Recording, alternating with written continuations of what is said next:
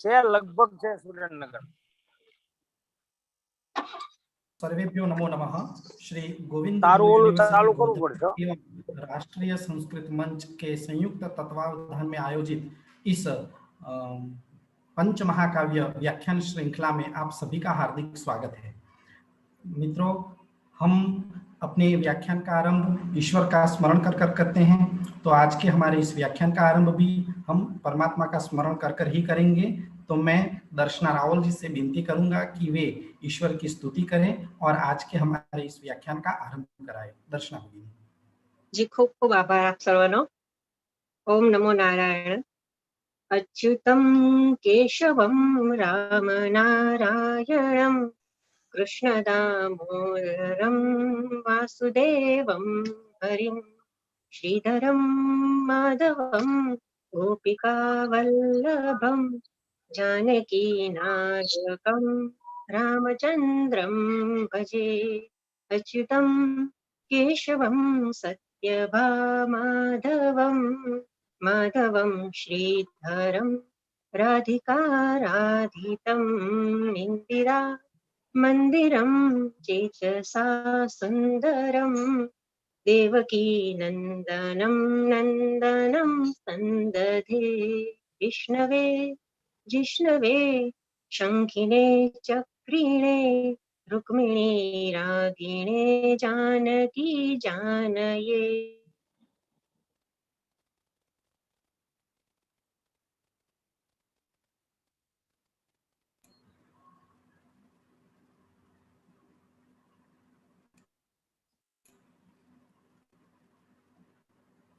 हरिओम। यास्तु देवाजित श्रीनिधे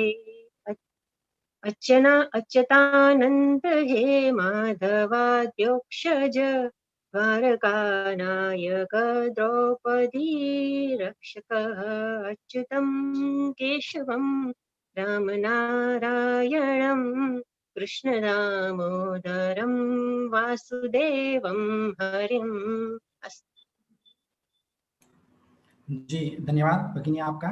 आज जैसे कि हमारा व्याख्यान भी कृष्ण के विषय पर ही चल रहा है और कल बहुत ही अच्छे से उसकी प्रस्तुति भी हुई और आपने आज फिर श्री कृष्ण परमात्मा की स्तुति करके बहुत ही अच्छे से हमारे इस व्याख्यान का आरंभ कराया। डॉक्टर जिगर भाई भट्ट, जो कि हमें शिशुपाल वध महाकाव्य के ऊपर अपने विचार और उसका पूरा विश्लेषण हमें बता रहे हैं। कल बहुत ही अच्छा व्याख्यान रहा यूट्यूब के ऊपर और कई व्यक्तिगत निजी रूप से व्हाट्सएप के माध्यम से भी बहुत से मित्रों के और विद्वज्जनों के मैसेज भी मिले कि कल का जो व्याख्यान था वो बहुत ही अच्छा रहा।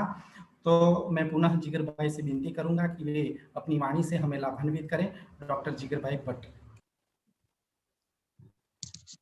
हरिओम। मेरी आवाज ठीक से आ रही है? जी, बहुत अच्छे से आ रही है। या दुग्धा पिन दुग्धेव कविदोग्ध्रुविरन्वहम् हृदिनः सन्निधत्तां सा सूक्तिधेनुः सरस्वती। कृष्णाय वासुदेवाय हरये परमात्मने प्रणतक्लेशनाशाय गोविंदाय नमो नमः। सभी को नमस्कार। आज शिशुपाल वध के एकादश सर्ग से आरंभ करके अंत तक जो महाकवि माघ ने लिखा है उसका आस्वाद यथामति आपको करवाऊंगा। कल हमने 10वें सर्ग तक का कथा सार देखा था, उसका वर्णन हमने देखा था कि सूर्यास्त हुआ और फिर अंधकार हो गया। अंधकार का एक नाम तमह भी है और तमह के आते ही तामसी प्रवृत्तियां भी होने लगती है। तो मद्यपान का वर्णन भी वहां पर महाकवि माघ ने किया है और मद्यपान के बाद जो उसका प्रभाव होता है, मदिरा का जो प्रभाव होता है, उसका भी विस्तार से वर्णन महाकवि माघ ने 10वें सर्ग में किया है।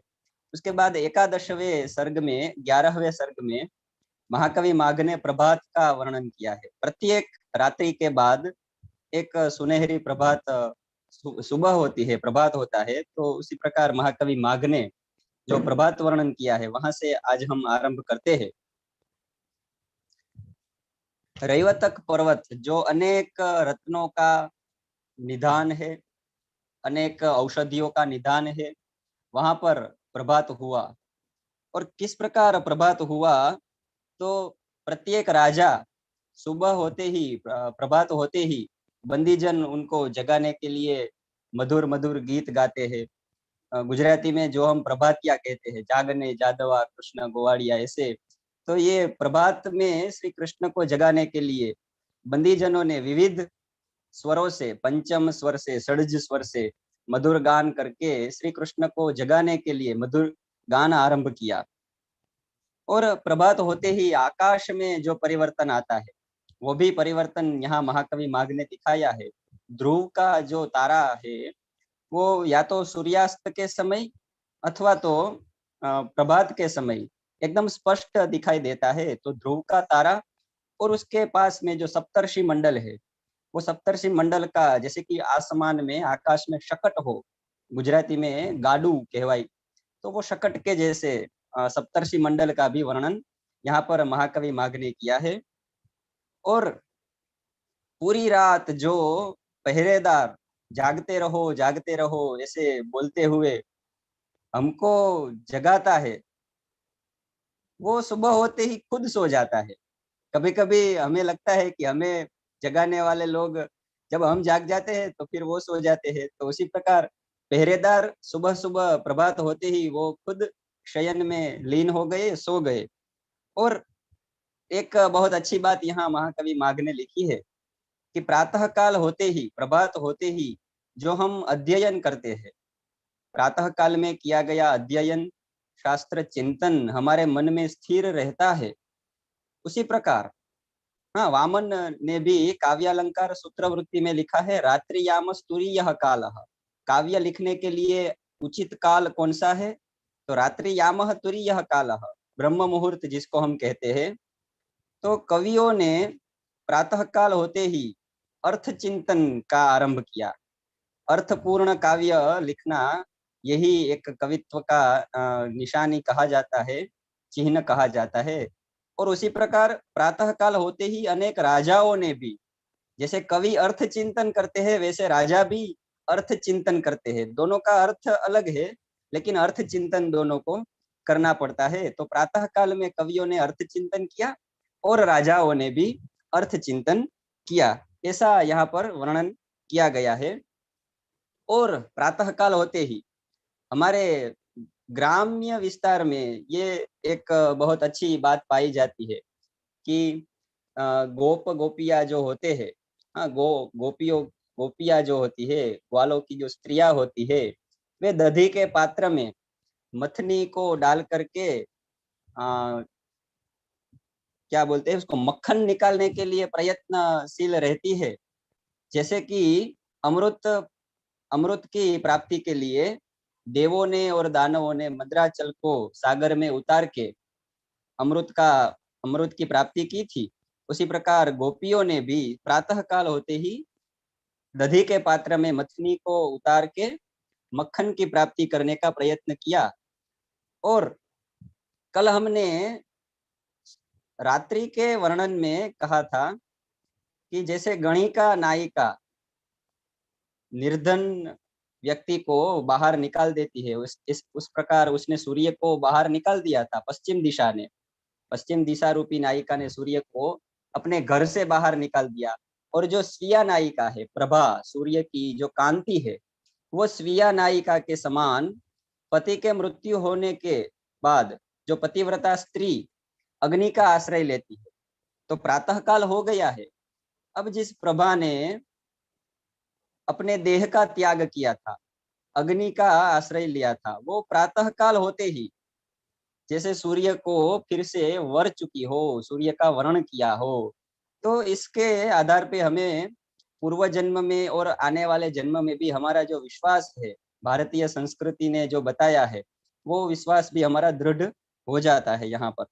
और एक बहुत ही अच्छी यहाँ पर उक्ति की लिखी है महाकवि माघ ने, पर परिभवी तेजस तन्वतामाशु कर्तुम प्रभवति ही विपक्षो छेदमग्रेसरोपी। सूर्य तो अंधकार का नाश करने के लिए समर्थ ही है, लेकिन सूर्य के आगे जो चलता है वो सूर्य का सारथी है, जिसका नाम है अरुण। तो सबसे पहले अरुणोदय होता है, बाद में सूर्योदय होता है। सूर्य का सामर्थ्य अंधकार को मिटाना तो है ही, लेकिन अरुणोदय होते ही हम एक दूसरे का मुंह देख सके उतना प्रकाश तो आ ही जाता है।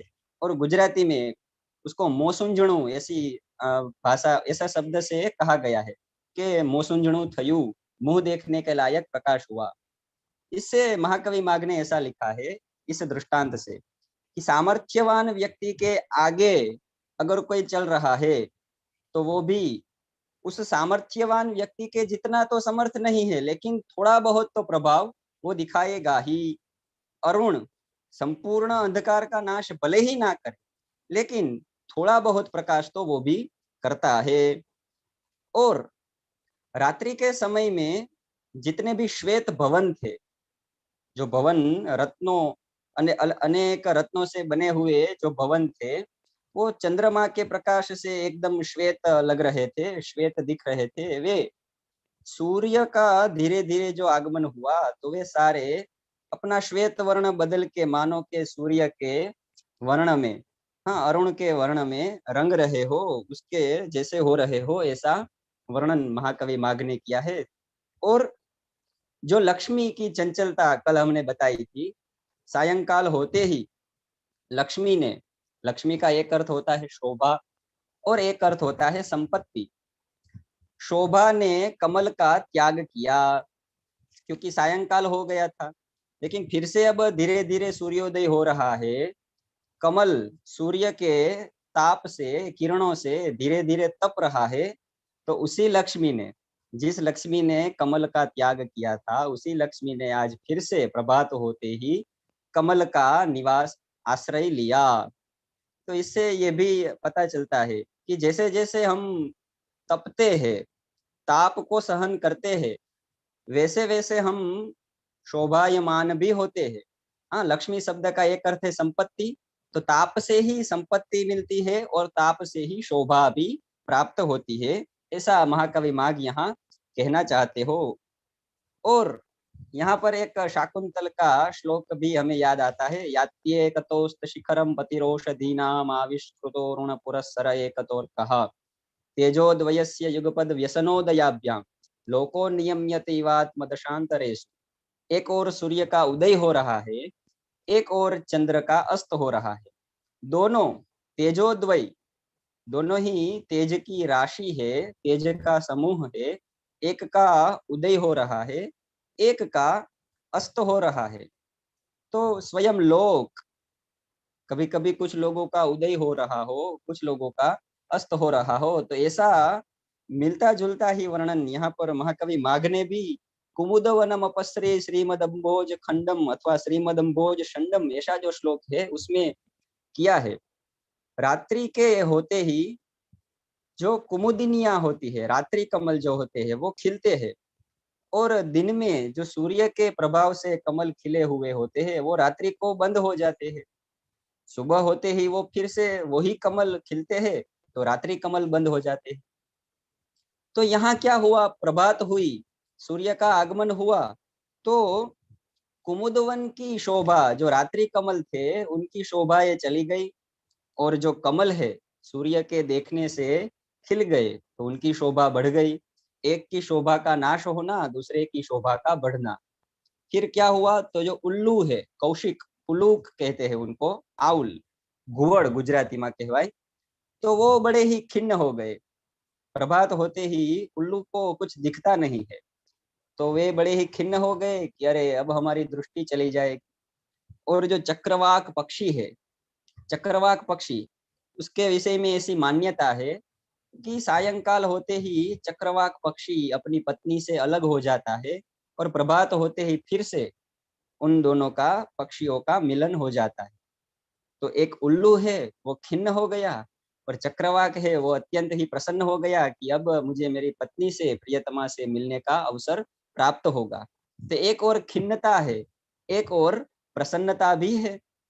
और सूर्य का उदय हुआ और चंद्रमा का अस्त हुआ। तो विधि तो बहुत ही विचित्र है, हर जगह उसकी संपत्तियां नहीं रहती है।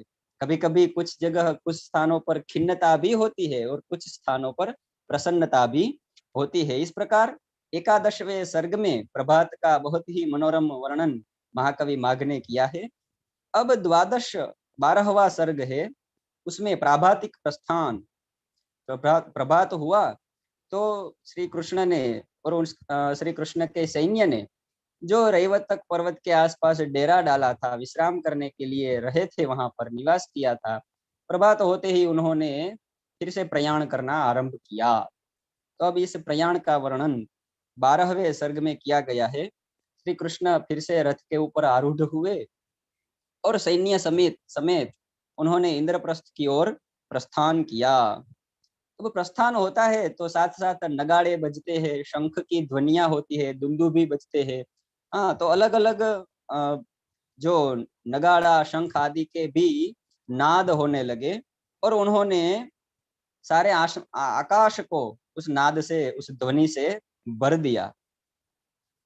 अब यहाँ पर महाकवि माघ ने सैन्य का बहुत ही अच्छा वर्णन किया है।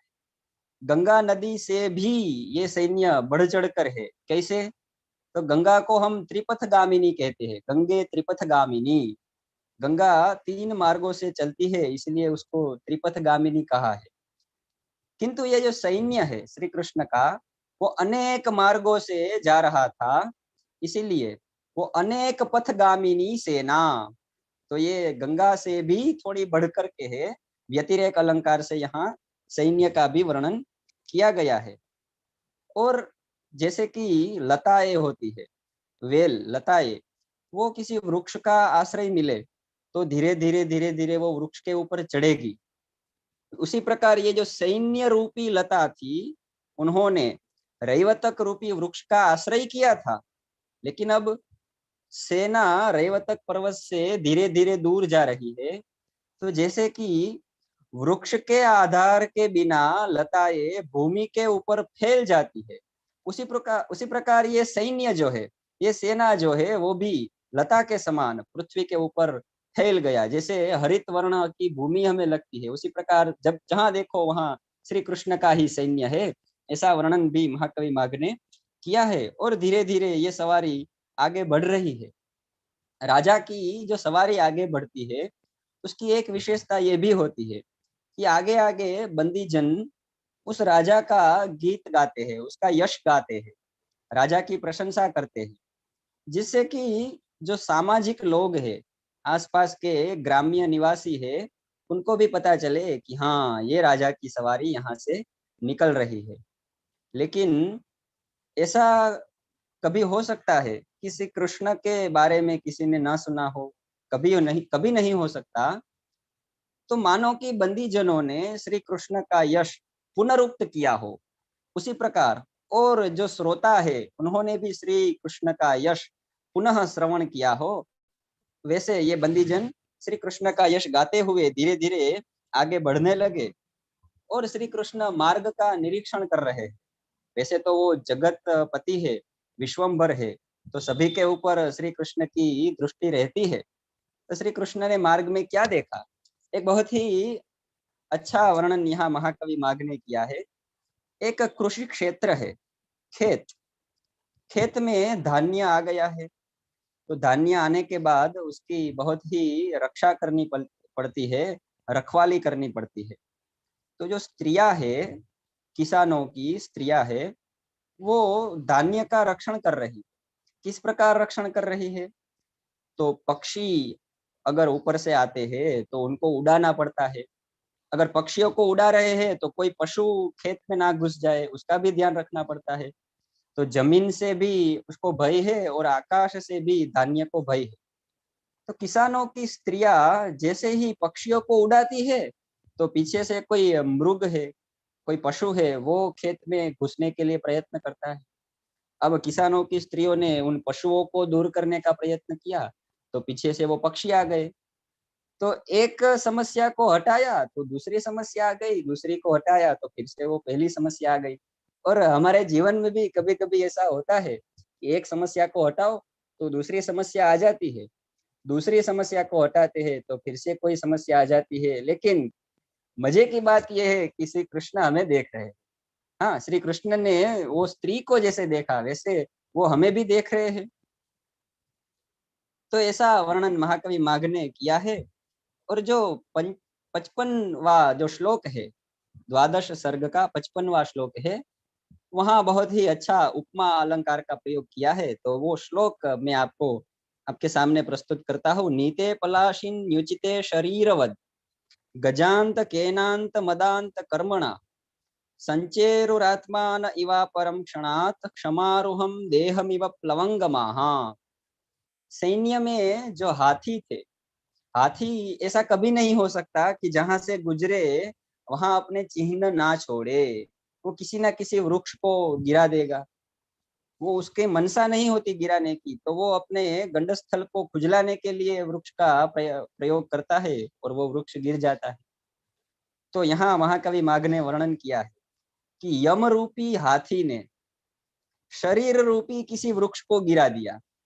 हाँ, यम रूपी हाथी ने शरीर रूपी किसी वृक्ष को गिरा दिया, तो उस वृक्ष के ऊपर बैठे हुए आत्मा रूपी बंदर ने तुरंत छलांग लगाकर किसी और शरीर रूपी वृक्ष का आश्रय ले लिया।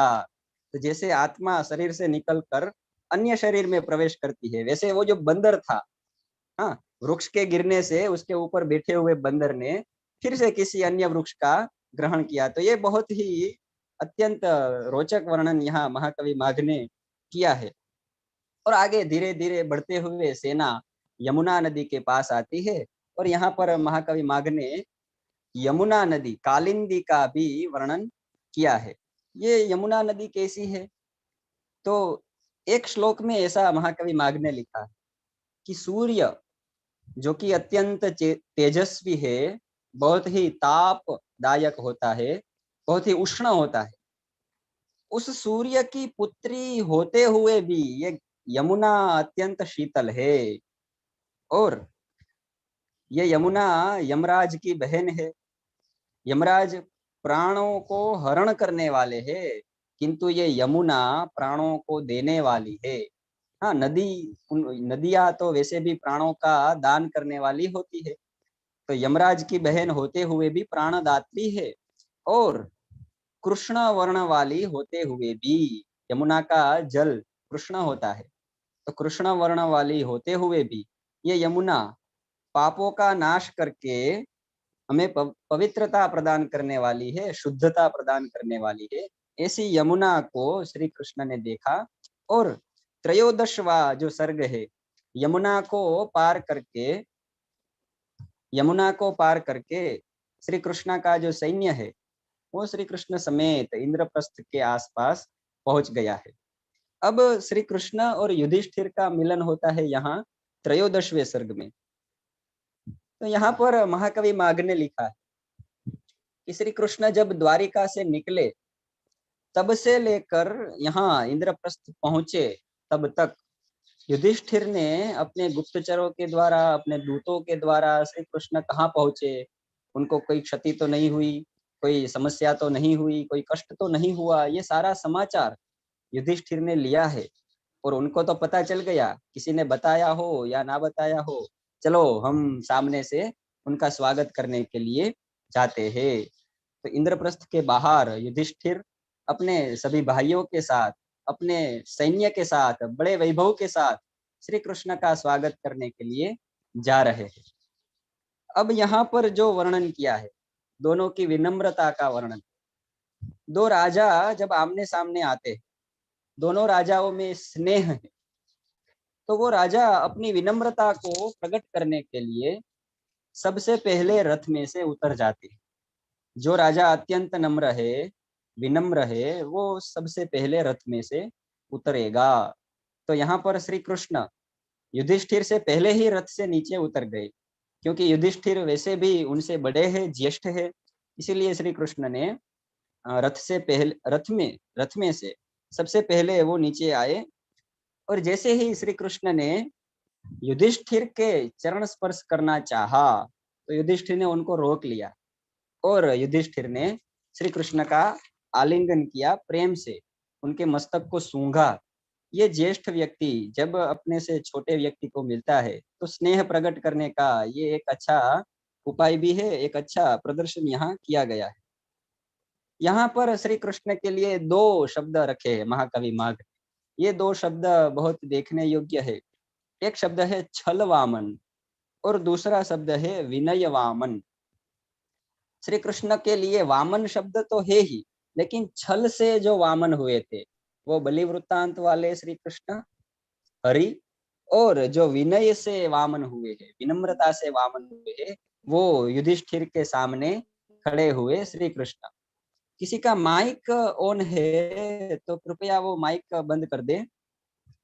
हाँ, ये दोनों शब्दों का बहुत ही अच्छा प्रयोग महाकवि माघ ने किया है। और युधिष्ठिर को आलिंगन करने के बाद श्री कृष्ण ने क्रम से पांडवों को, भीम, अर्जुन, सहदेव, नकुल को भी गले लगाया, उनका आलिंगन किया। कृपया माइक बंद कर दीजिए, किसी का माइक ऑन है। और युधिष्ठिर ने स्वयं ही श्री कृष्ण को अपने रथ में बिठाया। अब श्री कृष्ण का जो रथ है पुष्य नाम का, वो खाली हो गया और युधिष्ठिर के रथ में श्री कृष्ण ने स्थान ग्रहण किया। अब देखिए, युधिष्ठिर है वो स्वयं धर्मराज के प्रतीक है, धर्मराज के पुत्र है। तो श्री कृष्ण जो नीतिमान पुरुष है उसका सारथी स्वयं धर्म बनेगा, ऐसा भी एक दृष्टांत हमारे सामने है। जो वायुपुत्र है भीम, वो भीम ने चामर ग्रहण कर लिया और चामर से स्वयं वायुपुत्र ने श्री कृष्ण को हवा देना, वायु देना आरंभ किया। और जो अर्जुन है, इंद्रपुत्र है अर्जुन, वो अर्जुन ने छत्र धारण किया। ऐसे तीनों ज्येष्ठ पांडवों ने तो श्री कृष्ण की सेवा की। अब जो दो यम, यम का अर्थ होता है दोनों जुड़वा, हाँ यमज, दोनों साथ साथ में पैदा हुए हैं ऐसे भाई सहदेव और नकुल। तो उन दोनों भाइयों ने क्या किया, जैसे नीतिमान पुरुष के पीछे पीछे यम और नियम चलते हैं, वैसे ये दोनों भाई उन श्री कृष्ण के पीछे पीछे आए, ऐसा वर्णन यहाँ महाकवि माघ ने किया है। और श्री कृष्ण, उनके साथ साथ है 5 पांडव। श्री कृष्ण है और 5 पांडव है। यहाँ पर महाकवि माघ ने लिखा है कि श्री कृष्ण स्वयं आत्मा के प्रतीक है और ये जो 5 पांडव है वो ज्ञानेंद्रियों के प्रतीक है। 5 ज्ञानेंद्रिया और एक आत्मा।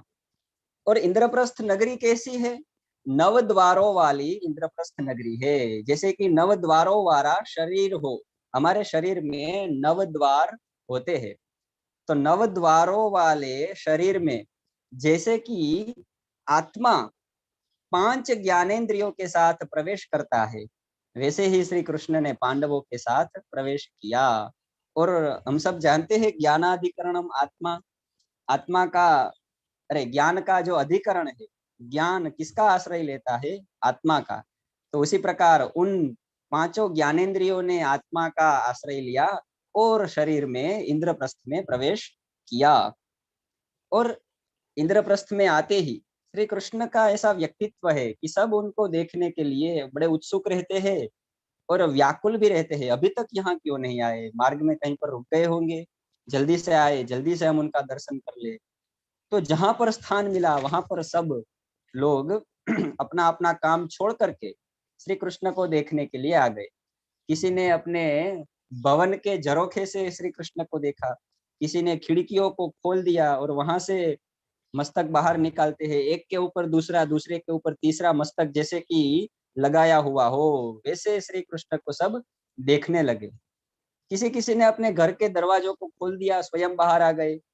जो इंद्रप्रस्थ की स्त्रियां है वो कोई कोई सज्ज हो रही थी, आभूषणों का प्रयोग करते हुए अपने आप को सजा रही थी।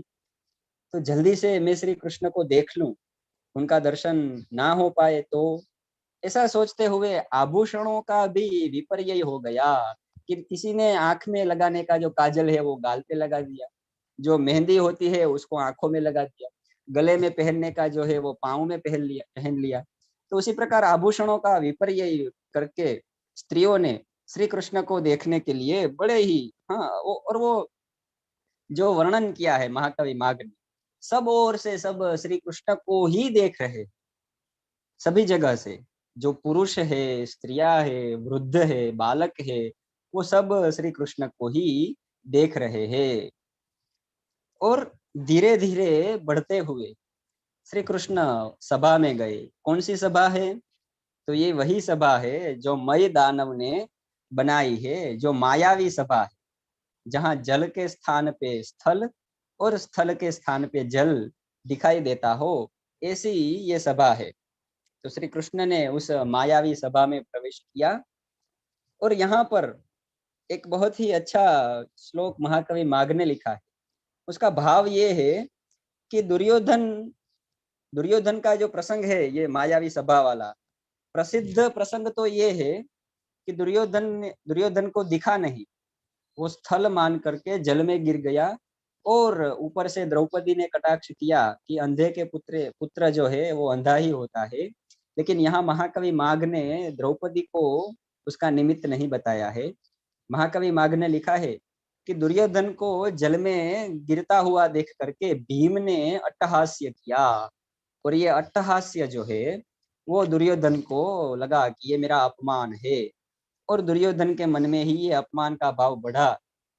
क्योंकि ये शिशुपाल वध महाकाव्य है, अगर आगे भी महाकवि माघ ने लिखा होता तो दुर्योधन का ये जो अपमान हुआ है, अट्टहास्य भीम ने किया, उसी को कारण बताया होगा, न कि द्रौपदी के अंधे के पुत्र अंधा वाला वाक्य। आगे श्री कृष्ण सभा में आए और वहां सभी से श्री कृष्ण ने पूछा, कुशल मंगल पूछा। जो वृद्ध है उनसे भी, जो श्री कृष्ण के समान है उनसे भी, जो श्री कृष्ण से छोटे हैं उनसे भी।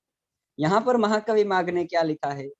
जो व्यक्ति महतीमपि श्रियमवाप्य विस्मयः सुजनो न विस्मरति जातु किंचन। जो सुजन है, जो सज्जन व्यक्ति है, वो छोटे से छोटी बात को भी भूलता नहीं। तो श्री कृष्ण को यहाँ पर सज्जन बताते हुए कहा है कि बहुत ही बड़ी श्री को, ये तो स्वयं श्रीयः पति है, लक्ष्मी के पति है, बहुत बड़ा वैभव प्राप्त करने के बाद भी सज्जन व्यक्ति छोटे से छोटी बात को नहीं भूलता है।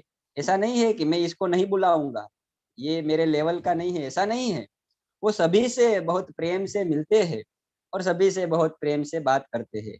और आजकल हम अनेक ऐसे व्यक्तियों को भी देखते हैं कि थोड़ा बहुत पद अगर मिल गया हो या थोड़ा बहुत संपत्ति अगर मिल गई हो तो ऐसे अकड़ के चलते हैं। लेकिन यहाँ श्री कृष्ण की बात है, वो स्वयं श्रीपति होकर भी अत्यंत नम्र है, अत्यंत सज्जन है। तो यहाँ से हमें भी कुछ सीखना चाहिए।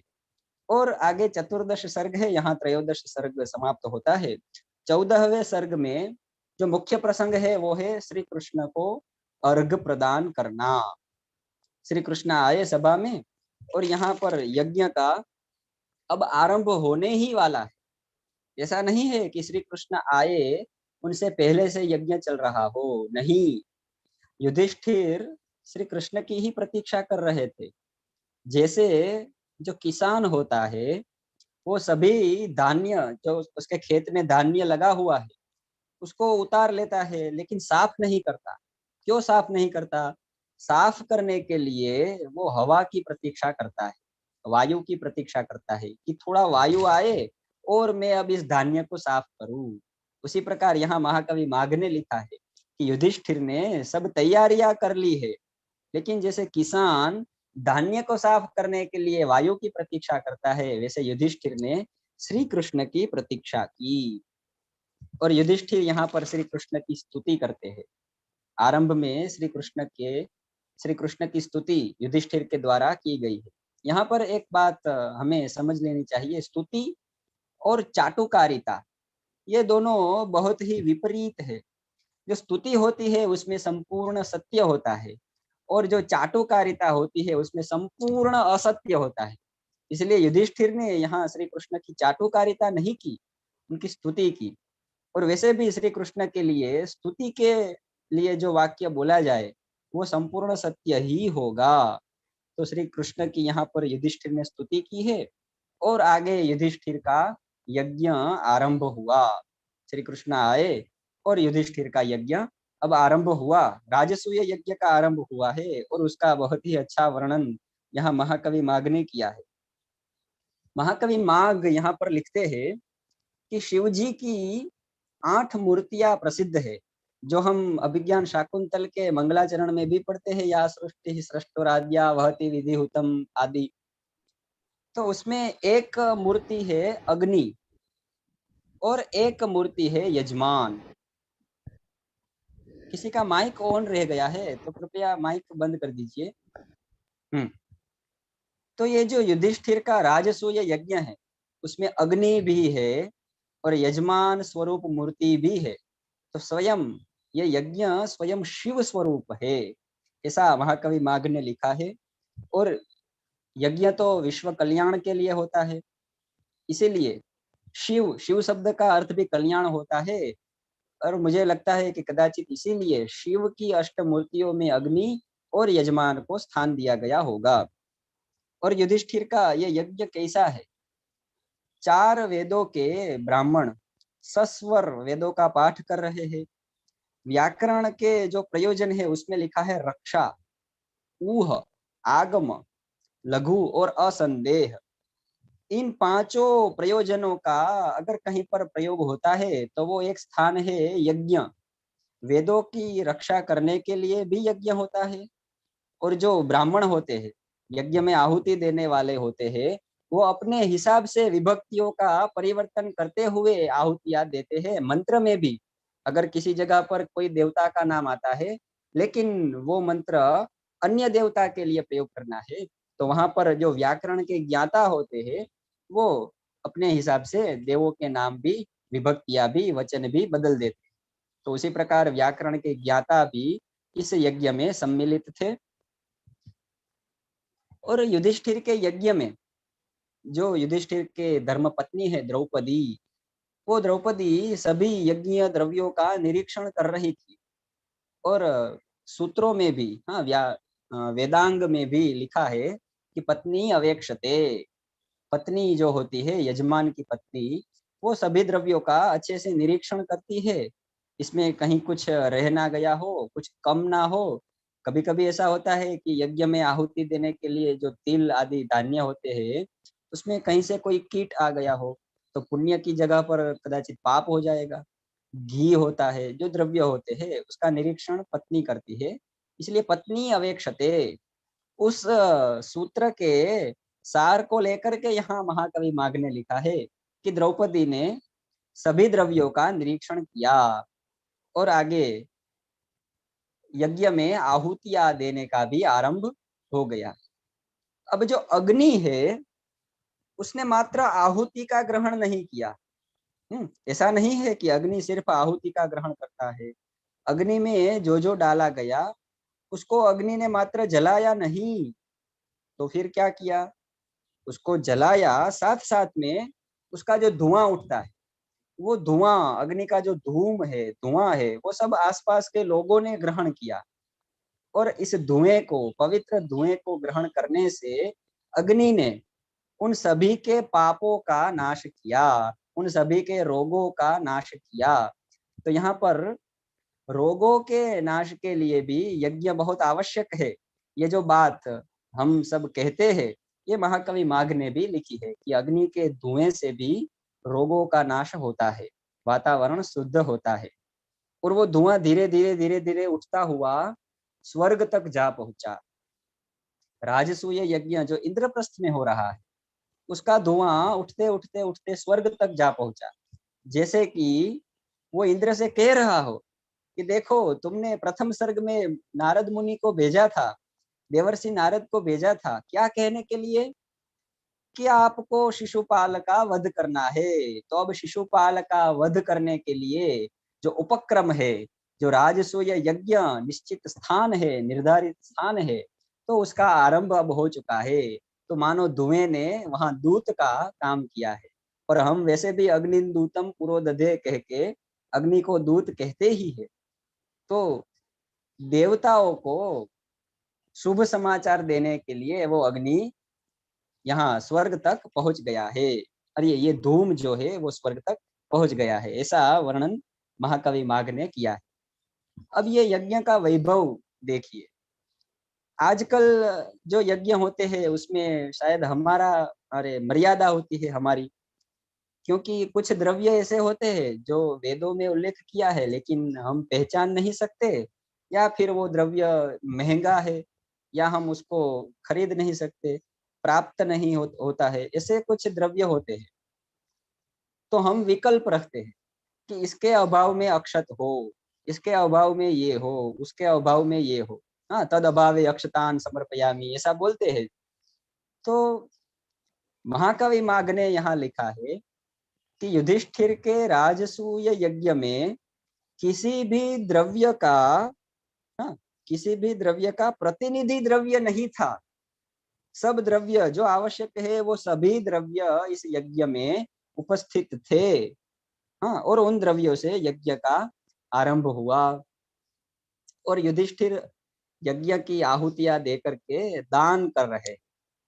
अब युधिष्ठिर दान कर रहे हैं तो यहाँ पर महाकवि माघ लिखते हैं युधिष्ठिर ने दान किया। कैसे दान किया? तो एक ओर से युधिष्ठिर दान कर रहे हैं, दूसरी ओर जिन राजाओं ने युधिष्ठिर का शासन स्वीकार कर लिया है वे सभी राजाओं ने युधिष्ठिर को उपहार देना आरंभ किया। तो एक ओर से उपहार आ रहे हैं, एक ओर से युधिष्ठिर सतत दान कर रहे। हाँ, उपहार आए, युधिष्ठिर ने दान आरंभ किया, दान करते गए, उपहार आते गए। जैसे कि सभी नदियां सागर को मिलती है, उसी सागर के जल को आकाश में ले जा करके मेघ के स्वरूप में, वर्षा के स्वरूप में फिर से उसी नदियों में बहाया जाता है। उसी प्रकार ये युधिष्ठिर का जो दान चक्र है उसका महाकवि माघ ने वर्णन किया। और युधिष्ठिर दाता है, किस प्रकार के दाता है? तो लिखा है सात्विक। श्रीमद् भगवद गीता में लिखा है दातव्यमिति यद्दानं दीयते अनुपकारिणे देशे काले च पात्रे च तद्दानं सात्विकं स्मृतम्। दातव्यम, देना ही है। जिसने उपकार किया है उसी को देना है, नहीं जिसने उपकार ना किया हो उसको भी देना है। अनुपकारिणे, ऐसा नहीं है कि ये मेरे काम आएगा उसी को दान दूं, नहीं, सभी को दान दिया जाए। देशे, योग्य देश, तो राजसूय यज्ञ से बड़ा समय और इंद्रप्रस्थ से बड़ा कोई देश कहाँ हो सकता है। देशे काले च पात्रे च, युधिष्ठिर के यज्ञ में जितने भी दान लेने के लिए आए हैं उन सबको युधिष्ठिर ने दान दिया। दान देने के लिए यहाँ तीन शब्दों का महाकवि माघ ने प्रयोग किया है। युधिष्ठिर ने किस प्रकार दान किया? अविलंब। एक तो शब्द दिया है अविलंब दान किया। किसने मांगा कि मुझे ये चाहिए, तो युधिष्ठिर ने विचार करने के लिए भी समय नहीं लिया।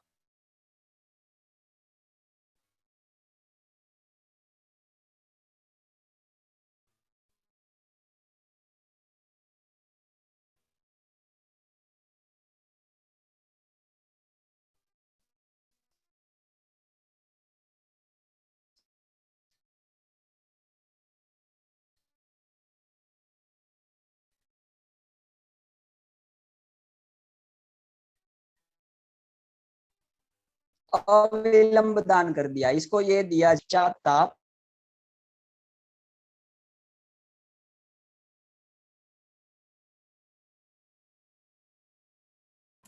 हरिओम जिगर भाई। मेरी आवाज आ रही है यहाँ पर? हाँ, आ रही है, बीच में कट हाँ, जाए। हाँ, कदाचित नेटवर्क की समस्या थी। तो तीसरा जो शब्द है वो है पश्चाताप रहित। अविलंब दान, यथेष्ट दान और पश्चाताप रहित दान दे दिया। यथेष्ट दे दिया, अविलंब दे दिया, लेकिन बाद में पछताना पड़े तो ये दाता के लिए उचित नहीं है। पश्चाताप रहित दान किया। इसे तीन शब्दों का महाकवि माघ ने बहुत अच्छे से प्रयोग किया है। और दान देने के बाद अब समय आया कि एक श्रेष्ठ पुरुष की पूजा की जाए। तो युधिष्ठिर ने भीष्म पितामह से पूछा कि किस व्यक्ति को मैं अर्घ प्रदान करूं, अर्घ प्रदान करने के लिए योग्य कौन है, क्योंकि ये बहुत बड़ा यज्ञ हो रहा है। यहाँ अनेक विद्वान व्यक्ति उपस्थित हो गए, भगवान वेदव्यास स्वयं वहां पर उपस्थित थे, तो किसको प्रथम अर्घ दिया जाए? तो भीष्म पितामह 6 लोगों का उल्लेख करते हैं। भीष्म पितामह ने कहा कि अर्घ देने के लिए 6 लोग योग्य होते हैं। कौन कौन है वे 6 लोग? तो कहा एक है स्नातक, स्नातक। दूसरा है कोई गुरुजन, गुरुजन यानी कोई हमसे बड़ा हो वो, या हमने जिससे शिक्षा ग्रहण की है वो। स्नातक का अर्थ होता है जो विद्या प्राप्त करके अभी अभी आया है, जिसको हम आज ग्रेजुएट और डबल ग्रेजुएट या पोस्ट ग्रेजुएट कहते हैं, स्नातक। गुरुजन। तीसरा योग्य व्यक्ति है इष्ट व्यक्ति। हमको जिसके ऊपर प्रेम हो, जिसके ऊपर स्नेह हो, जिसके ऊपर विश्वास हो, ऐसे इष्ट व्यक्ति को अर्घ प्रदान करना चाहिए, वो भी योग्य है। चौथा व्यक्ति है ऋत्विक। ऋत्विक जो वेदों का पाठ करते हैं यज्ञ में। हाँ, यज्ञ में वेदों के पाठ करने वाले जो ब्राह्मण होते हैं उनको भी अर्घ्य प्रदान करना चाहिए। पांचवा जो अर्घ के योग्य है वो है जामाता। जामाता यानी जमाई। तो जमाई को भी, जामाता को भी अर्घ प्रदान करना चाहिए, वो भी योग्य है। और अंतिम राजा, राजा को भी अर्घ प्रदान करना चाहिए। तो ये तो राजसूय यज्ञ है और उसमें तो ये 6 के 6 उपस्थित है। तो अब प्रश्न ये हुआ कि किसको अर्घ प्रदान करना चाहिए? तो भीष्म पितामह कहते हैं कि सभी गुणों के निधान और पूर्ण पुरुषोत्तम मात्र श्री कृष्ण है। तो भीष्म पितामह ने आज्ञा दी कि आप सबसे पहले श्री कृष्ण को अर्घ प्रदान करें, सर्वप्रथम पूजा श्री कृष्ण की जाए। तो युधिष्ठिर ने उनकी आज्ञा का मानो पालन किया हो, ग्रहण करके युधिष्ठिर ने श्री कृष्ण को प्रथम अर्घ प्रदान किया, श्री कृष्ण की पूजा की। और यहाँ ये 14वां सर्ग समाप्त होता है। आगे है 15वां सर्ग। किसी सज्जन व्यक्ति को, योग्य व्यक्ति को अपनी योग्यता के हिसाब से, योग्यता के अनुकूल कोई फल मिलता है या कोई पुरस्कार मिलता है, तो जो अयोग्य है वो हमेशा अपनी असंतुष्टि दिखाएगा। अरे ये व्यक्ति इसके योग्य नहीं था, हाँ, इसको ये पद नहीं मिलना चाहिए था, इसको ये अधिकार नहीं मिलना चाहिए था। वो कभी कभी असंतुष्ट व्यक्ति ऐसा कहते हैं। ऐसा हम समाज में भी आजकल देखते हैं। तो यहाँ पर श्री कृष्ण की प्रथम पूजा को शिशुपाल ने सहन नहीं किया, उससे ये सहन नहीं हुआ। और जैसे सबसे बड़ा रोग अहंकार ही कहा जाता है और शिशुपाल अहंकार का प्रतीक है, तो शिशुपाल ने अपना अहंकार प्रदर्शित किया और श्री कृष्ण ये पूजा के योग्य नहीं है, इसे ऐसा कहते हुए अपना विरोध प्रदर्शित किया।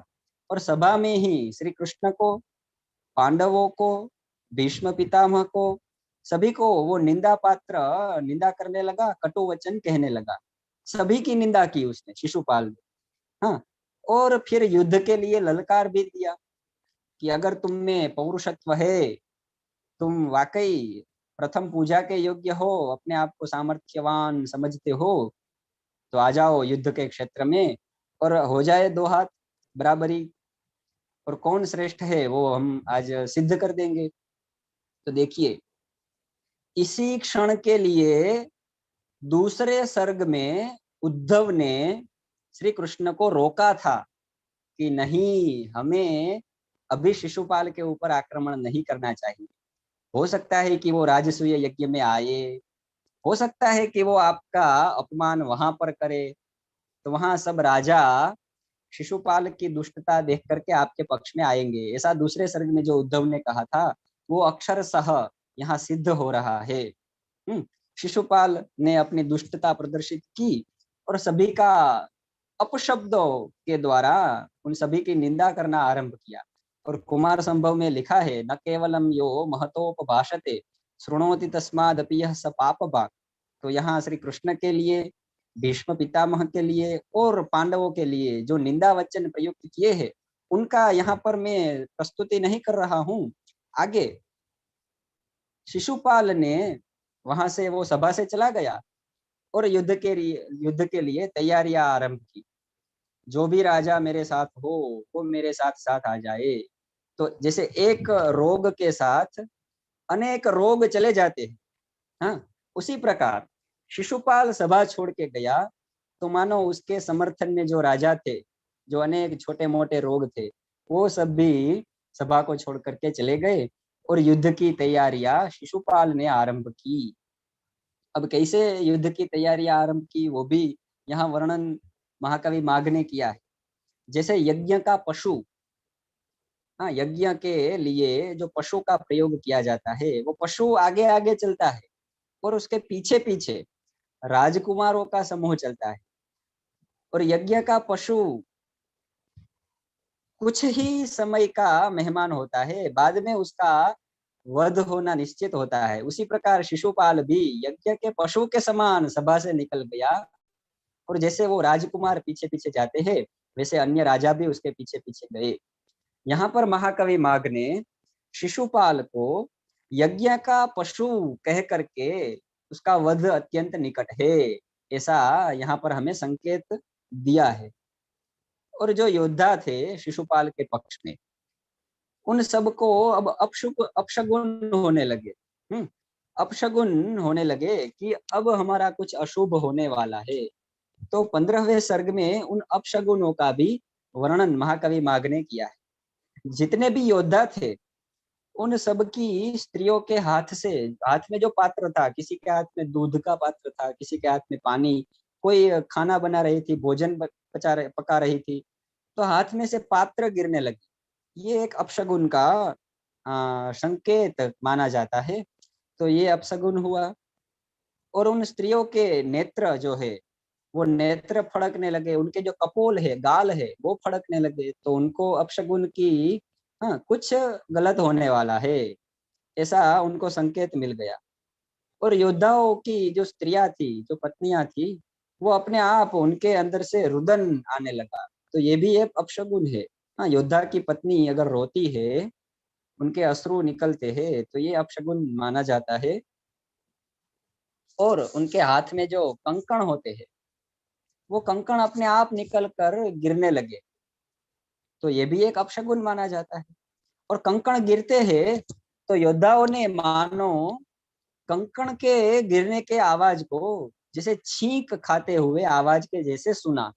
तो ये छींक खाना भी अपशगुन माना जाता है। तो ये बहुत सारे अपशगुन का वर्णन यहाँ पर महाकवि माघ ने किया है, और ऐसा लिख दिया है कि इतने सारे अपशगुन शिशुपाल के पक्ष के योद्धाओं को हुए, तो मानो कुछ अशुभ होने वाला है, ऐसा उन योद्धाओं को भी निश्चय हुआ, ऐसा विश्वास हुआ, उनके मन में ऐसा भय उत्पन्न हो गया। और आगे है 16 सर्ग। अपशगुन हुए तो शिशुपाल ने अपने दूत को भेजा कि जाओ श्री कृष्ण को कहो कि वो मेरी शरण में आ जाए या फिर युद्ध के लिए तैयार हो जाए। ऐसा दूत को भेजा। तो ये जो 16वां सर्ग है, ये सर्ग बहुत ही विद्वत्तापूर्ण है। महाकवि माघ ने यहाँ पर दूत के मुख से ऐसे वाक्य का प्रयोग किया है जो उसका एक अर्थ होता है श्री कृष्ण की स्तुति, और दूसरा अर्थ होता है श्री कृष्ण की निंदा। तो दूत ने ऐसे वचन कहे कि प्रत्यक्ष ऐसा लग रहा हो कि श्री कृष्ण की स्तुति हो रही है, लेकिन परोक्ष रूप से शिशुपाल ने दूत के द्वारा श्री कृष्ण की निंदा ही की थी। तो ऐसे कुछ उदाहरण आपके सामने रखता हूँ। ऐसा दूत ने कहा कि शिशुपालः भवतः माननां कर्तुं समीहते। शिशुपाल आपकी मानना करना चाहता है। तो यहाँ मानना शब्द है, उसके दो अर्थ होते हैं। एक अर्थ होता है पूजा, शिशुपाल आपकी पूजा करना चाहता है। दूसरा अर्थ होता है वध, मानना यानी वध। तो शिशुपाल आपका वध करना चाहता है। ऐसा द्विअर्थक वाक्यों का प्रयोग दूत ने किया। आगे भी लिखा है कि सह शिशुपालः त्वां निर्दयं निपीड्य मुदम आयातु। शिशुपाल को आनंद प्राप्त हो। क्या करके आनंद प्राप्त हो? तो वो निर्दयम यानी गाढ़, निपीड्य यानी आलिंगन करके, शिशुपाल आपका गाढ़ आलिंगन करे और शिशुपाल को आनंद प्राप्त हो, ऐसा एक अर्थ आता है। और दूसरा अर्थ है निर्दयम यानी दया के बिना, निपीड्य यानी मार करके मुदम आयातु, शिशुपाल को आनंद प्राप्त हो। ऐसे अनेक वाक्यों का दूत ने प्रयोग किया और सभा में सबके सामने ऐसे वाक्यों को रखा। तो श्रेष्ठ पुरुष जो है उसकी निंदा श्रेष्ठ पुरुष के समर्थक सह नहीं पाते। वैसे ही श्री कृष्ण के जो समर्थक थे, जितने भी राजा थे, उनसे ये बात सहन नहीं हुई। और वो सब योद्धा थे, क्षत्रिय थे। इसलिए सप्तदश सर्ग में महाकवि माघ ने वर्णन किया है कि श्री कृष्ण के निंदा को सुनते ही कोई योद्धा तुरंत अपना हाथ तलवार के ऊपर चला जाता है। वैसे तलवार के ऊपर हाथ चला गया। कोई राजा अपने पास गदा पड़ी है तो गदा का जो भाग होता है वो गदा ऐसे पकड़ ली उस योद्धा ने कि अभी इस दूत को मैं मार दूंगा। हाँ, ऐसे वो सभा में क्षोभ उत्पन्न हुआ। उन राजाओं ने भी क्रोध को अलग अलग तरीके से प्रकट किया। कोई कोई राजा ऐसा है जिसने अपने दांतों को पीसा। हाँ, क्रोध आने से वो अपने दांत ऐसे पीस देते हैं और जो मुष्टिकाएं ऐसे बहुत जोर से बंद कर देते हैं। तो किसी राजा की मुष्टिकाएं बंद हो गई, वो दांत ऐसे एकदम पीसने लगे। फिर अपने अपने जो आसपास में शस्त्र पड़े थे, उन शस्त्रों के ऊपर स्वाभाविक रूप से ही उनका हाथ चला गया। किसी राजा ने मद में आकर के अपनी जांघ के ऊपर ऐसे थपकी दे मारी, जो हम आजकल कबड्डी में देखते हैं। वो कबड्डी वाले ऐसे अपनी जांघ पर थपकी लगाते हैं। ऐसे किसी राजा ने मद में आकर अपने जांघ के ऊपर जोर से थपकी लगा दी, मद में आ गया वो। फिर कोई राजा ऐसा है जिसकी आंखें एकदम लाल हो गई क्रोध से, जैसे कि क्रोध से वो अग्नि बरसा रहा अपनी आंखों से।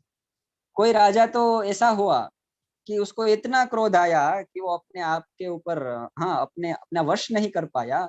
उसने स्वयं दूत के सामने वो खड़ा हो गया। अचानक कोई राजा सामने आ जाए तो दूत को थोड़ी मूर्छा आ गई, दूत भी अस्वस्थ हो गया।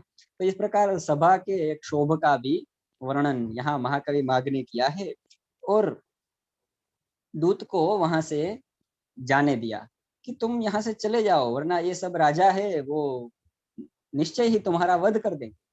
तो दूत चला गया और फिर श्री कृष्ण ने भी अपना सैन्य तैयार किया शिशुपाल के साथ युद्ध करने के लिए। तो अष्टादश सर्ग जो है, 18वां जो सर्ग है, उसमें युद्ध का वर्णन है। जैसे दो व्यक्ति, दो मित्र, दो स्नेही आलिंगन करते हैं, हाँ, तो उनके गाल से गाल मिलते हैं, कंधे से कंधा मिलता है और हृदय से हृदय मिलता है। उसी प्रकार युद्ध का वर्णन करते हुए महाकवि माघ ने कहा है कि दो सेना सामने सामने थी और मानो कि दो सेना ने आलिंगन किया। उसी प्रकार हाथी से हाथी, घोड़े से घोड़ा, रथ से रथ और पदाती से पदाती ऐसे एकदम आपस में भिड़ गए, जैसे कि दोनों सेना ने आपस में आलिंगन किया हो। और युद्ध का वर्णन जो महाकवि माघ ने किया है अत्यंत सूक्ष्म वर्णन है। युद्ध में हो रहे एक एक घटना का, एक एक वृत्तांत का महाकवि माघ ने बहुत ही अच्छा और रसप्रद वर्णन किया है। तो क्या लिखा है, जैसे कि हमारे अंदर ज्ञान का प्रवेश हो, ज्ञान का प्रवेश होते ही अहंकार बाहर निकल जाता है, वैसे ही योद्धा के शरीर में बाण ने प्रवेश किया और उसके प्राण बाहर निकल गए। ज्ञान के प्रवेश से अहंकार निकलना और बाण के प्रवेश से प्राणों का निकलना। तो ऐसा भी वर्णन यहाँ महाकवि माघ ने कहा है। और जिस प्रकार दो बलशाली लोगों का अहंकार आपस में भिड़ जाता है, आपस में टकराव होता है, उसी प्रकार बड़े बड़े दो हाथी आपस में टकराने लगे। फिर पदाती जो पायदड़ जो होता है पैरों से, जो सैनिक होते हैं पायदड़, उनका भी ऐसा वर्णन किया है कि वो दोनों आपस में एक दूसरे के सामने इतने शीघ्रता से दौड़ रहे थे, उतनी तेजी से दौड़ रहे थे कि बिना प्रयत्न के ही उनके हाथ में जो तलवार थी वो तलवार सामने वाले के शरीर में आर पार हो गई बिना प्रयत्न के। उतनी तेजी से ये पदाती दौड़ रहे हैं। और जो रथ है, रथ के ऊपर का जो छत्र है, युद्ध हुआ आरंभ तो छत्र उल्टा होकर के गिर गई। तो अब जहां पर देखो युद्ध भूमि में वहां छत्र उल्टे पड़े हुए, श्वेत वर्ण के छत्र है और सभी छत्र यहाँ युद्ध की भूमि में उल्टे पड़े हैं। तो महाकवि माघ कहते हैं कि जैसे यमराज को भोजन के लिए चांदी की थाली सजाई हो, वैसे यहाँ युद्ध क्षेत्र में ये सब छत्र उल्टे पड़े हुए हैं, ऐसा महाकवि माघ ने वर्णन किया है। अब देखिए, बाण चल रहे हैं, हाँ बाण चल रहे हैं। अचानक से किसी सैनिक के गले में बाण लग गया।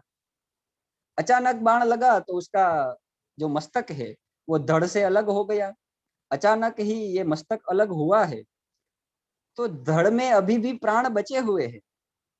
ऐसे अनेक धड़, अनेक जो धड़ है, ये सभा में, अरे ये युद्ध क्षेत्र में हाथ में तलवार या गदा लिए हुए अनेक धड़ ये युद्ध क्षेत्र में विचरण करते हुए दिखाई देने लगे, ऐसा महाकवि माघ ने वर्णन किया है। और जो मस्तक, उन मस्तक का क्या हुआ? तो मस्तक कटते ही ऊपर की ओर उछले। और देखिए, आप सब जानते हैं कि राहु जो ग्रह है वो मात्र मस्तक ही है। हाँ, नीचे का जो भाग है उसको हम केतु कहते हैं, ऊपर मस्तक का जो भाग है उसको हम राहु कहते हैं। तो मस्तक ऊपर की ओर उछला, उतना ऊपर की ओर उछला कि स्वर्ग में, अंतरिक्ष में जो देवताओं की स्त्रियां, अप्सराएं युद्ध को देख रही थी, हाँ, और उनका मुख कैसा है? चंद्र के समान। उन अप्सराओं का जो चंद्र के समान मुख है, वो सारे मुख भयभीत हो गए। क्यों? जैसे चंद्र राहु को देख करके भयभीत हो जाता है, वैसे इन योद्धाओं के ऊपर उछाले हुए मस्तक को देख करके उन सब देवांगनाओं को भी अत्यंत भय हुआ। ऐसा बहुत ही अत्यंत रसप्रद वर्णन महाकवि माघ ने यहाँ किया है। और इस प्रकार दोनों सेनाओं में युद्ध का आरंभ हुआ। और जो 19वां सर्ग है, 19 सर्ग है, उसमें भी ये युद्ध का वर्णन आगे महाकवि माघ जारी रखते हैं। 19वें सर्ग में जो युद्ध का वर्णन है, ये द्वंद्व युद्ध है। दो अत्यंत महाबलशाली राजाओं के बीच में जो वर्ण युद्ध होता है उसको द्वंद्व युद्ध कहते हैं। तो बाणासुर का जो पुत्र है उसका नाम है वेणुदारी। तो वेणुदारी और बलराम, इन दोनों के बीच में युद्ध हुआ। फिर एक शिनी नाम का यादव है, तो वो शिनी नाम का यादव, उसने शाल्व की सेना को पराजित किया। पृथु नाम का एक यादव है, उसने रुक्मी, जो रुक्मिणी का भाई है किंतु है शिशुपाल के पक्ष में, तो रुक्मी की सेना को भी पराजित किया। और अकेले प्रद्युम्न ने अनेक राजाओं को पराजित किया। ये प्रद्युम्न कामदेव का अवतार माने जाते हैं। प्रद्युम्न स्वयं कामदेव का अवतार है। तो मानो कामदेव ने शिव जी को वश में करने के लिए जो प्रयत्न किया था, वो प्रयत्न तब पूरा नहीं हुआ। तब प्रद्युम्न के रूप में जो कामदेव है, वो उस प्रयत्न को अब पूरा करने के लिए क्रोधित हुए। ऐसे प्रद्युम्न का क्रोध वर्णन करते हुए प्रद्युम्न ने अनेक राजाओं का वध किया, अनेक राजाओं को परास्त किया, ऐसा वर्णन किया है। ये जो 19वां सर्ग है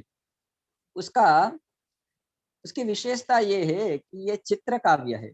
महाकवि माघ ने यहाँ अपनी बहुत ही विलक्षण प्रतिभा का प्रदर्शन यहाँ किया है। इसमें सर्वतोभद्र, मूरजबंध, चक्रबंध आदि अनेक चित्रालंकारों का प्रयोग किया है। कुछ श्लोक ऐसे हैं कि पूरे श्लोक में मात्र 2 अक्षर है, दोनों 2 अक्षर के प्रयोग से ही पूरा श्लोक समाप्त हो जाता है। तो ऐसे भी बहुत सारे श्लोक हैं। तो शिशुपाल का अब युद्ध में आगमन हुआ, युद्ध क्षेत्र में। तो शिशुपाल का आगमन ही महाकवि माघ ने वर्णन किया। और यहाँ पर लिखा है कि सर्वतोभद्र, हाँ, शिशुपाल का आगमन हुआ और महाकवि माघ ने सर्वतोभद्र नाम का जो ये अलंकार है, चित्रालंकार है, उसका प्रयोग महाकवि माघ ने किया। ये सर्वतोभद्र क्या है? तो मैं आपको यहाँ कुछ दिखा देता हूँ। सर्वतोभद्र ये जो श्लोक है वो थोड़ा दिखाने का मैं प्रयत्न भी करूंगा। ये पुस्तक है आपके सामने और ये श्लोक जो आप दिख रहे हैं, सर्वतोभद्र, सकारना नारका स कायसाद दसायका रसाहवा वाहसार नाद वाद दवा दना। अब इस श्लोक को आगे से पीछे पढ़िए, पीछे से आगे की ओर पढ़िए, ऊपर से नीचे पढ़िए या नीचे से ऊपर पढ़िए। हर प्रकार से इस श्लोक का यही पाठ मिलेगा। जैसे पहली पंक्ति देखिए, सकारना नारकास, उसी को उल्टा पढ़िए तो सकारना नारकास। अब सभी पंक्तियों का पहला अक्षर लीजिए, सकारना, उल्टा पढ़िए नारकास। तो इस प्रकार बहुत सारे चित्रालंकारों का भी प्रयोग ये महाकवि माघ ने अपने अपनी विद्वत्ता को प्रदर्शित करने के लिए प्रयोग किया है।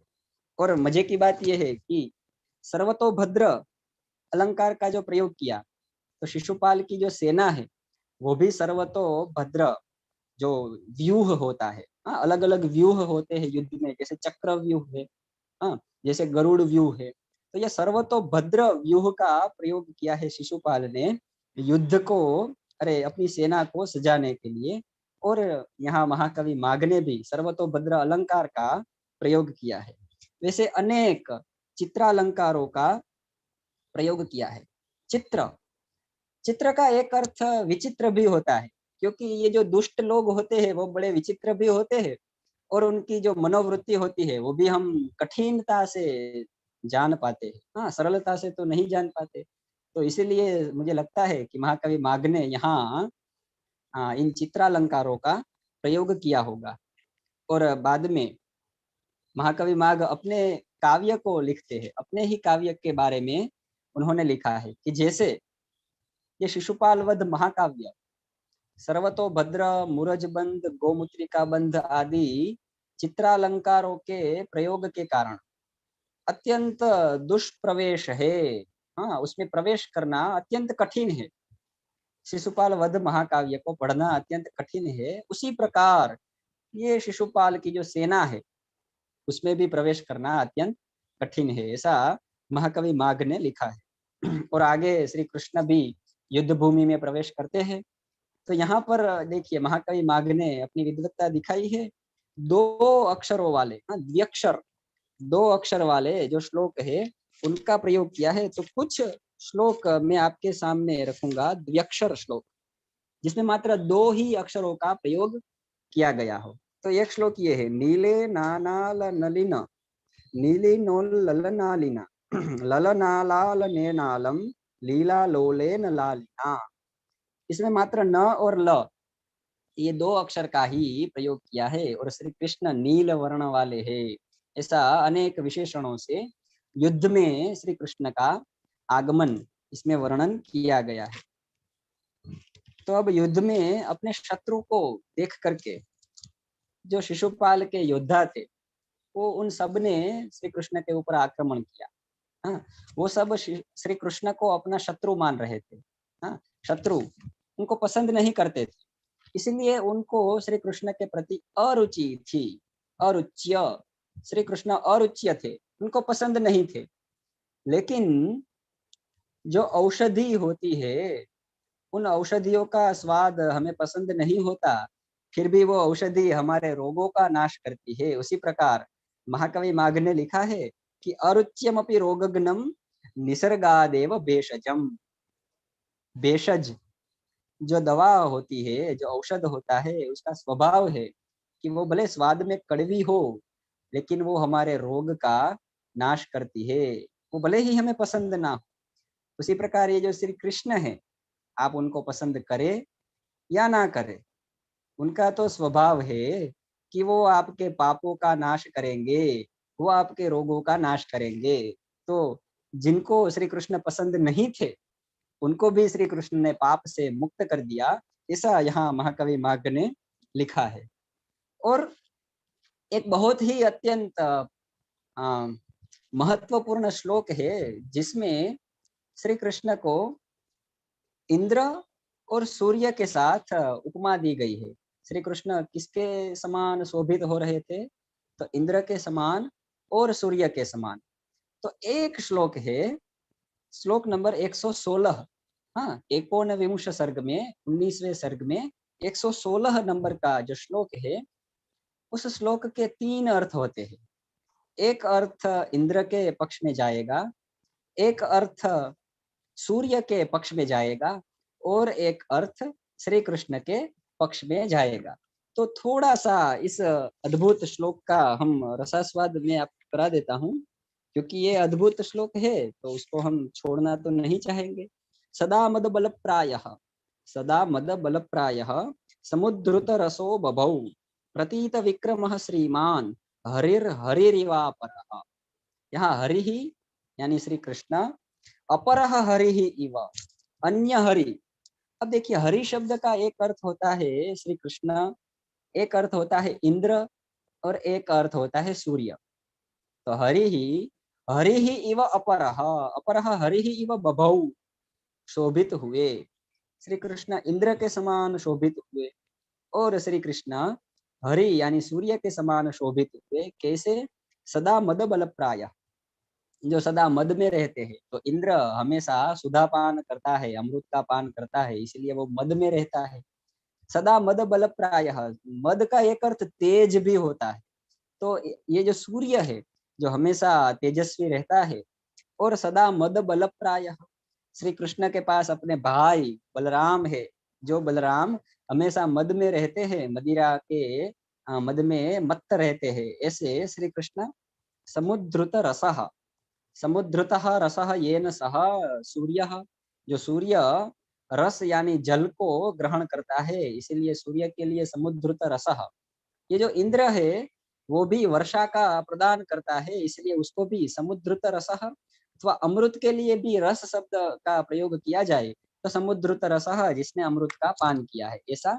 और समुद्रता रसा पृथ्वी येन सह श्री कृष्ण, हाँ समुद्रत अथवा समुद्रता गृहीता पृथ्वी येन सह समुद्रत रसः।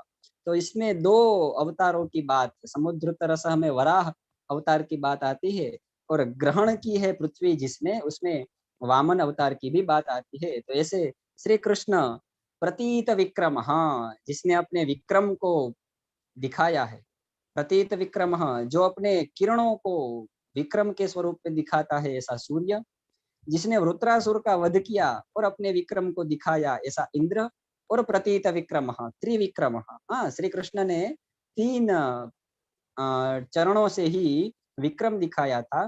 तो ऐसे प्रतीत विक्रम श्री कृष्ण हरि यानी इंद्र के समान और हरि यानी सूर्य के समान शोभित हुए।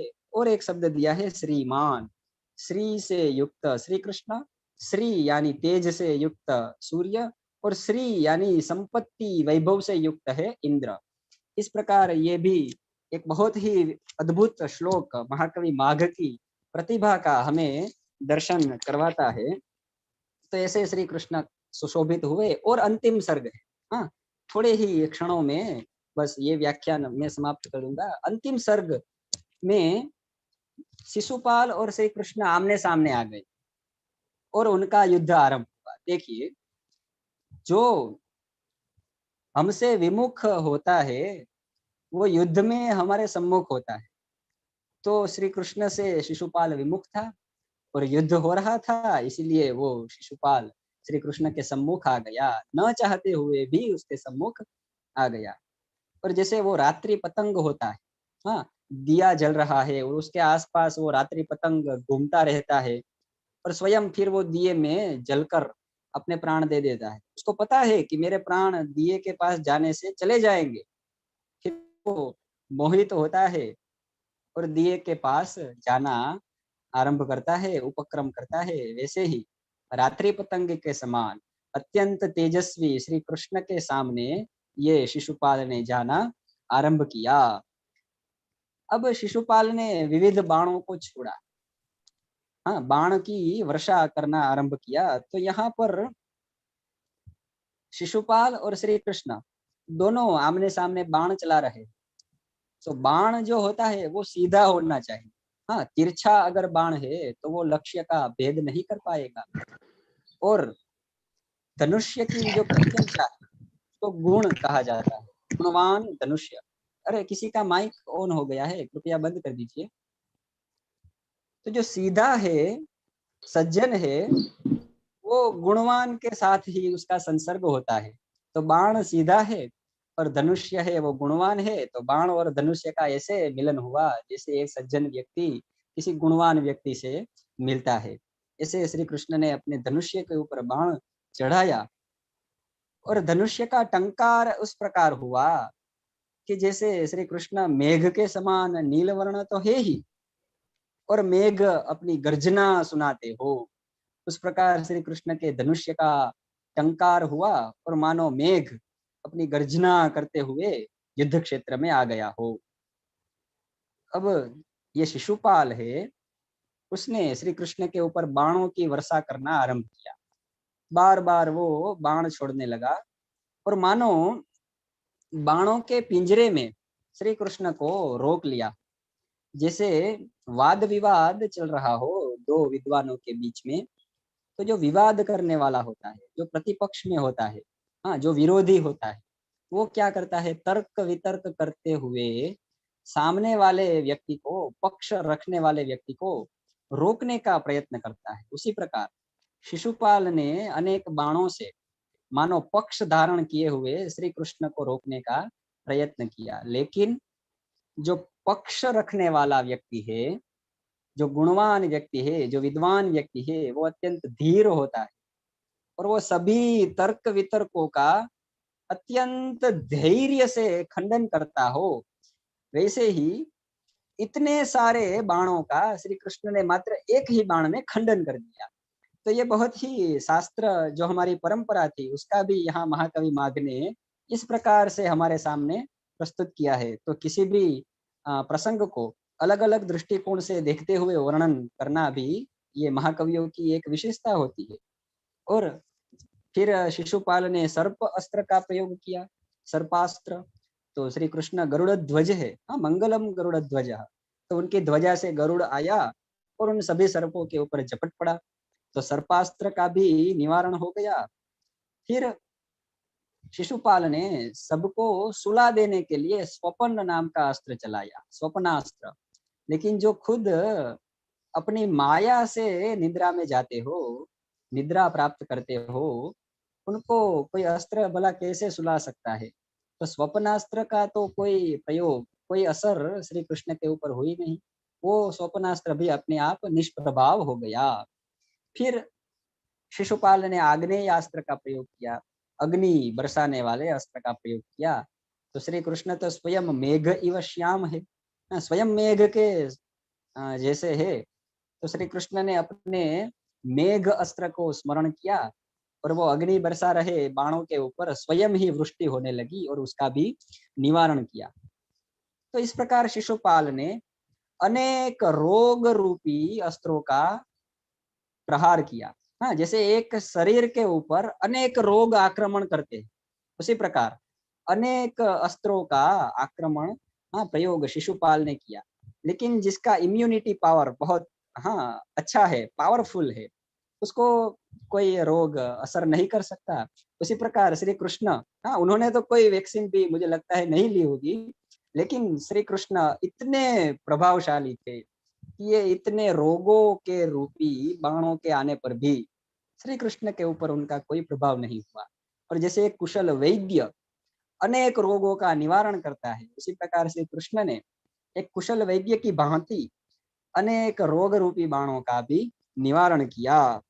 और अब क्या हुआ, किसी व्यक्ति को बल से नहीं हराया जा सकता, तो उसके लिए फिर कटु वचन कहना आरंभ हो जाता है। तो श्री कृष्ण अब बाणों से तो पराजित नहीं हुए, तो शिशुपाल ने अब उनकी निंदा करना आरंभ कर दिया। हाँ, बीच युद्ध में बाणों को छोड़ करके वो वाग बाणों का प्रहार करने लगा। तो श्री कृष्ण ने फिर से गिनती आरंभ कर दी, वो गिनने लगे और जैसे ही 100 अपराध शिशुपाल के समाप्त हुए, तो श्री कृष्ण ने अपने सुदर्शन चक्र का स्मरण किया और सुदर्शन चक्र से शिशुपाल का मस्तक धड़ से अलग कर दिया और शिशुपाल को मुक्ति प्रदान की। ये महापुरुषों की विशेषता है कि उनकी निंदा करने वाले का भी उनके द्वारा मोक्ष ही होता है, मुक्ति प्रदान की। और काव्य का ये भी एक प्रयोजन है कि काव्य सद्यः परनिर्वृत्तये, काव्य से मुक्ति प्रदान होती है, आनंद प्रदान होता है। तो उसी प्रकार शिशुपाल का वध करके श्री कृष्ण ने, हाँ, ये जो देवताओं का संदेश था प्रथम सर्ग में कि आप शिशुपाल का वध कीजिए, उसी प्रकार से कृष्ण ने सुदर्शन चक्र से शिशुपाल का वध किया। और स्वर्ग में जो देवता और देवताओं की जो स्त्रियां सब युद्ध देख रहे थे, उन्होंने श्री कृष्ण के ऊपर पुष्प वृष्टि की। और इस प्रकार श्री महाकवि माघ ने ये श्रेयंक महाकाव्य को समाप्त किया, शिशुपाल वध महाकाव्य को समाप्त किया। तो ये शिशुपाल वध महाकाव्य का रसास्वादन कराने का अवसर मुझे प्राप्त हुआ, और इसी बहाने श्री कृष्ण के कुछ लीलाओं का गान करने का भी अवसर मुझे प्राप्त हुआ।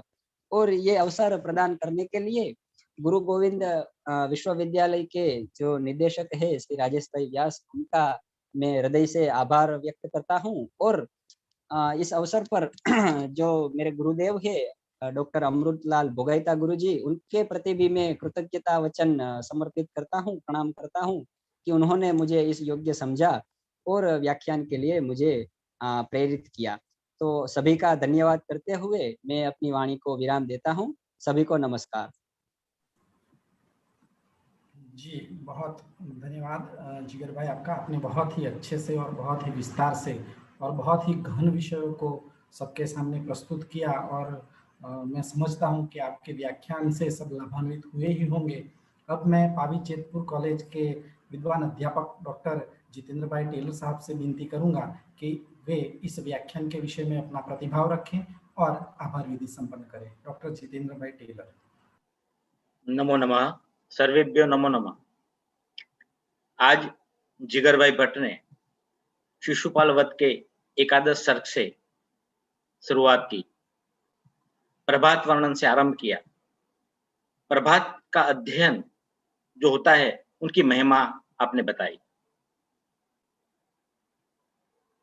ताप से ही संपत्ति और शोभा मिलती है, ऐसा कवि माघ का मानना है।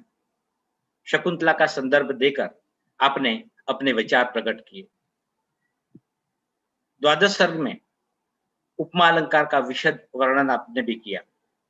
यमुना की शीतलता के जो विभिन्न आयाम है वो बताया आपने। त्रयोदश सर्ग में श्री कृष्ण और युधिष्ठिर का मिलन बताया। श्री कृष्ण और युधिष्ठिर में जो छल वामन, विनय वामन, यमज आदि शब्द की आपने व्याख्या की। श्री कृष्ण आत्मा के प्रतीक, पांच पांडव ज्ञानेंद्रिय के प्रतीक आपने बताया, और कृष्ण को देखकर स्त्रियों का जो आभूषण विपर्य हुआ वो आपने अच्छी तरह स्पष्ट किया। मायावी सभा में जल स्थल के कारण जो हुआ वो आपने बखूबी स्पष्ट किया। जो व्यक्ति, जो सज्जन व्यक्ति छोटे से छोटी बात को भूलता नहीं है, वो बताकर सांप्रत समय में हमें क्या सीखना चाहिए वो प्रसंग की उपादेयता आपने स्पष्ट की। युधिष्ठिर की स्तुति की, युधिष्ठिर ने स्तुति की कृष्ण की। स्तुति और चाटुकारिता की व्याख्या आपने बताई जो ज्यादातर लोगों को बहुत पसंद आई। शिव की अष्टमूर्ति के बारे में आपने बताया। अग्नि सिर्फ आहुति को ही ग्रहण नहीं करती, अग्नि ने सभी रोगों का नाश करती है। यज्ञ की आवश्यकता क्या होती है वो आपने प्रदर्शित किया। अर्घ प्रदान करने के लिए योग्य 6 व्यक्ति है वो आपने सविस्तार दर्शाया। भीष्म पिता के अनुसार प्रथम पूजा का निर्णय जो किया वो भीष्म पितामह द्वारा हुआ, वो आपने अच्छी तरह स्पष्ट किया। 15वें सर्ग में असंतुष्ट व्यक्ति मतलब कि अहंकार के प्रतीक शिशुपाल ने सबकी निंदा की। दूसरे सर्ग का अनुसंधान आपने वहां देकर विषय को बहुत अच्छी तरह स्पष्ट किया। बाद में शिशुपाल ने युद्ध की तैयारी की। यज्ञ के पशु समान शिशुपाल को बताया गया। अपसुकन के संकेत, रुदन, छींक खाना, कंकन निकल जाना आदि आपने बताया। विद्वतापूर्ण 16वें सर्ग में आप सविस्तार रहे। श्रेष्ठ पुरुष की निंदा उनके समर्थक सहन नहीं कर पाते हैं। 18वें सर्ग में युद्ध का वर्णन, हृदय से हृदय का आलिंगन, युद्ध का सूक्ष्म वर्णन आपने बताने की कोशिश की। ज्ञान का प्रवेश होते ही अहंकार निकल जाता है, उनकी उपमा कवि ने दी है, वगैरह बातें हमारी समक्ष रखी। 19वें सर्ग में प्रद्युम्न को कामदेव का अवतार बताया, चित्र काव्य के रूप में श्लोक की बात की, सर्वतोभद्र श्लोक का निदर्शन किया, चित्रालंकार का प्रयोग किया।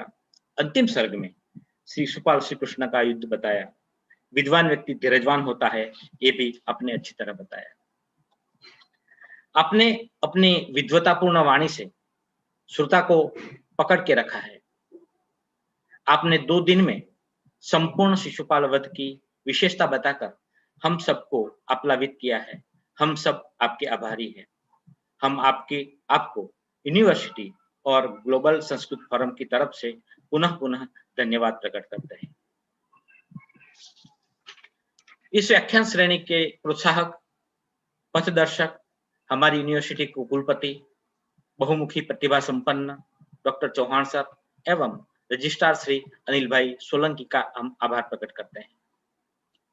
आज प्रार्थना से आरंभ करवाया दर्शना राठौड़ ने, मैं उनका धन्यवाद प्रकट करता हूँ। इस श्रेणी में जुड़ने वाले सहृदयी श्रोता जो भिन्न भिन्न राज्य एवं कॉलेजों से अपना प्रतिनिधित्व करते हैं, मैं उनके प्रति आभारी हूँ। अनुस्नातक विभाग के नियामक राजेश भाई व्यास जो बहुत व्यस्त रहते हुए व्याख्यान श्रेणी के लिए तज्ञ वक्ता का चयन करते हैं, मैं उनके लिए आभार व्यक्त करता हूँ। राजेश भाई के साथ अद्वैत की तरह जुड़े महेश भाई, दिलीप भाई, नरेश भाई को कौन नहीं जानता, मैं उनके प्रति धन्यवाद प्रकट करता हूँ। अंत में सब श्रोताजनों का जो हमारा उत्साह बढ़ाते हैं, हमको उत्साह देते हैं, उन सभी का धन्यवाद प्रकट करता हूँ। अस्तु, नमो नमः।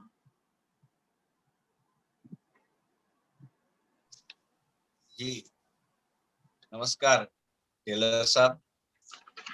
विशेष में खास 1-2 मिनट के लिए जिगर भाई को धन्यवाद करने उपस्थित हुआ हूँ, क्योंकि जितेंद्र भाई टेलर ने सब कुछ बातें बताई, आपने जो व्याख्यान दिया उस बारे में पूरा विस्तार से बताया, परंतु 2 दिन शिशुपाल वध महाकाव्य का आपने जो रसास्वादन करवाया है, इसलिए मैं भी आपको यूनिवर्सिटी की ओर से और राष्ट्रीय संस्कृत मंच की ओर से धन्यवाद देता हूँ। आप बहुत ही मेहनत करके आपने ये व्याख्यान किया है, आपका जो कार्य है वो दिख रहा है। आप युवा है, अभी नए इस 3 साल का आपका अनुभव है, फिर भी आपने बहुत ही धीर गंभीरता से ये किया। मैं आपको आपके आगे के भविष्य के लिए बहुत बहुत शुभकामनाएं प्रदान करता हूँ, और आपको यहाँ तक लाने के लिए, आपका नाम सजेस्ट करने के लिए मुझे जिन्होंने बताया, ऐसे अमृत भाई भोगायता जी को भी मैं प्रणाम करता हूँ और उनको भी धन्यवाद देता हूँ। अमृत भाई भोगायता जी हमारे साथ जुड़े हैं, राष्ट्रीय संस्कृत मंच के अखिल भारतीय उपाध्यक्ष हैं। अगर वो कुछ 2 शब्द कहना चाहें तो भी मैं आमंत्रित करता हूँ।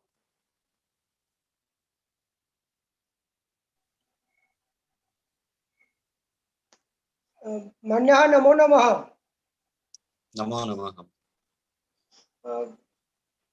शिशुपालवधस्य समीचीनं वैदुष्यपूर्णं